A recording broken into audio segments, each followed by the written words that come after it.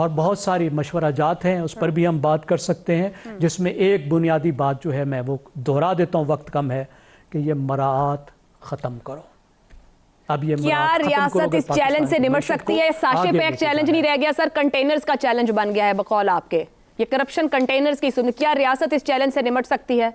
اس کے پاس کچھ ہے نمٹنے کو؟ مسئلہ یہ ہے کہ وہ دیکھیں لفظ وہ استعمال کریں اسٹیٹ کیپچر، کہ ریاست کس کے ہاتھ میں ہے، وہ کہہ رہے ہیں اسٹیٹ کیپچر ہے۔ اسٹیٹ کیپچر Elite capture کیا کر ہے؟ چکی ہے وہ state۔ ایلیٹ کیپچر ہے، ضرور۔ یعنی وہ اشرافیہ جو یہ سب کچھ کر رہی ہے، ریاست اس کے ہاتھ میں ہے۔ ٹھیک ہو اب گیا۔ ایک طرف تو انہوں نے کان مروڑا ہے نا، یہی دوسری تو طرف سب سے بڑا عوام کو چیلنج کان ہے مروڑنا شہزاد ہوگا۔ چودھری صاحب، پھر جب میں بات کر رہی ہوں کہ ایک استحکام پکڑتا نظام، ایک کنٹینیوٹی کی بات کر رہے ہیں، کنسسٹنسی کی بات کر رہے ہیں، کچھ پروجیکٹس کی بات کی جا رہی ہے کہ ایسے چیزوں کو لے کے چلنا ہے، سرکاری ٹھیکے ہوں، ٹیکس رعایتیں ہوں، پالیسی مراد ہو، اشرافیہ کی جیبیں گرم کرنے کا ذریعہ بن رہے، جیسے زیغم صاحب کہہ رہے ہیں کہ جو ایلیٹ کلچر ہے یا ایلیٹ کیپچر ہے وہ اسٹیٹ کو کیپچر کر گیا ہے، تو اسے اب کیا کہا جائے کہ یہ ریاستی نظام ہی یہ بن گیا ہے، چند خاندانوں کی مشترکہ یہ صورتحال ہے، ان کا نیکسس کہلائے گا، کیا یہ ایک بڑا چیلنج ہے، اسٹیٹ اس کو ٹیک آن کر سکتی ہے، کر لے؟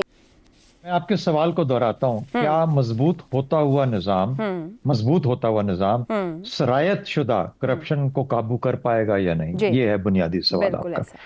ایک تو مضبوط ہوتا ہوا نظام ایزیوم کر رہے ہیں ہم لوگ، مضبوط ہوتا ہوا نظام، اور دوسرا جو سرایت شدہ کرپشن ہے، شاید یہی نظام ہو تو پھر کیا کریں گے؟ اگر نظام ہی سرایت شدہ کرپشن ہے تو اس کو کون ختم کر سکتا؟ اس لیے یہ ایک کانفلکٹ ہے ہماری اپنے نظام کے اندر، نظام کا حصہ بن چکی ہے کرپشن، اور یہی اس رپورٹ میں بتایا گیا۔ آئی ایم ایف کو سلام کرنے کو جی چاہتا ہے، جو کہ اس کو ہم ہمیشہ گالیاں دیتے رہتے ہیں۔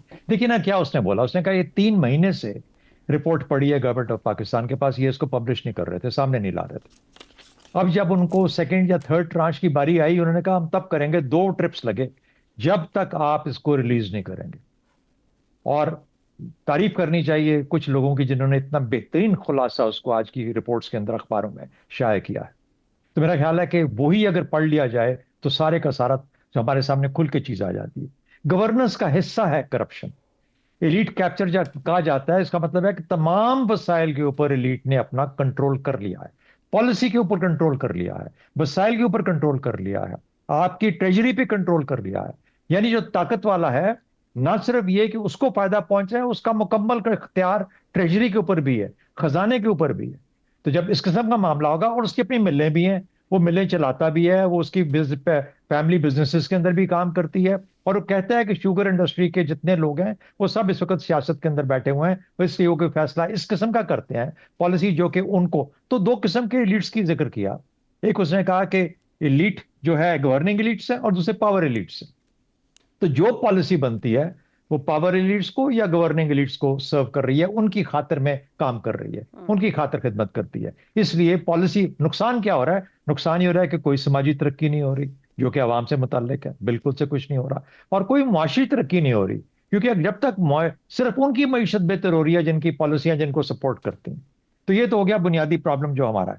پھر اس کے بعد جو جوڈیشل کے اوپر، کو کہ زاہم صاحب نے اس کا بہت مختصر ٹائم کی وجہ سے ذکر شاید اتنا نہیں کیا، judicial capture of the judicial institutes, یہ بڑھ کے سامنے آیا ہے ان کی رپورٹ کے اندر۔ ان کو تو نہیں پتا تھا کہ 26ویں ترمیم اور 27ویں ترمیم آنے والی ہے، 3 مہینے سے یہ بن چکا ہے سارا معاملہ، اور چونکہ وہ معاملہ ہے اس لیے کوئی دنیا میں آپ کے اوپر یقین کرنے کے لیے تیار نہیں۔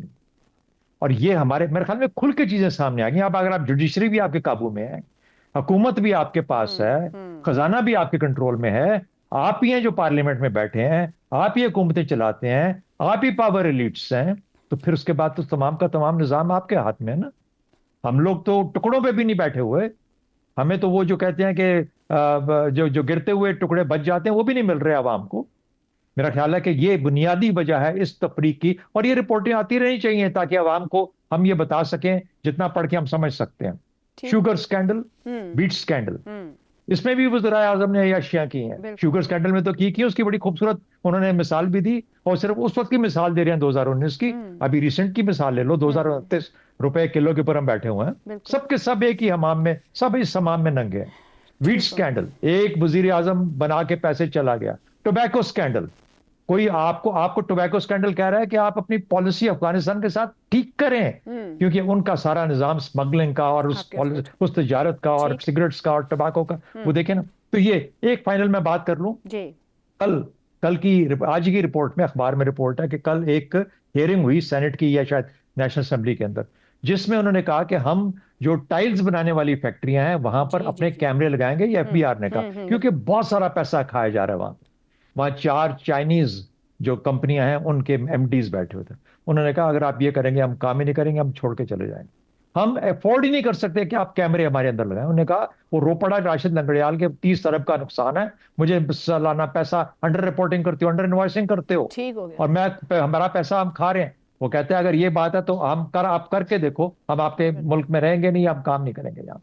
اور کسی نے کہا، بلال نے کیا بولا، بلال کیا نہیں جو ہمارے وہ ہیں انہوں نے کہا دیکھیں ہم نے کیمرے کم کر دیے اور ایسی جگہوں پہ لگائے ہیں جہاں پر آپ کا پتہ نہ چلے. یہ ہے ریاست اور یہ ہے وہ لوگ جو کہ کرپشن آپ کے ساتھ کرتے ہیں اور کرواتے ہیں. درست ہو گیا.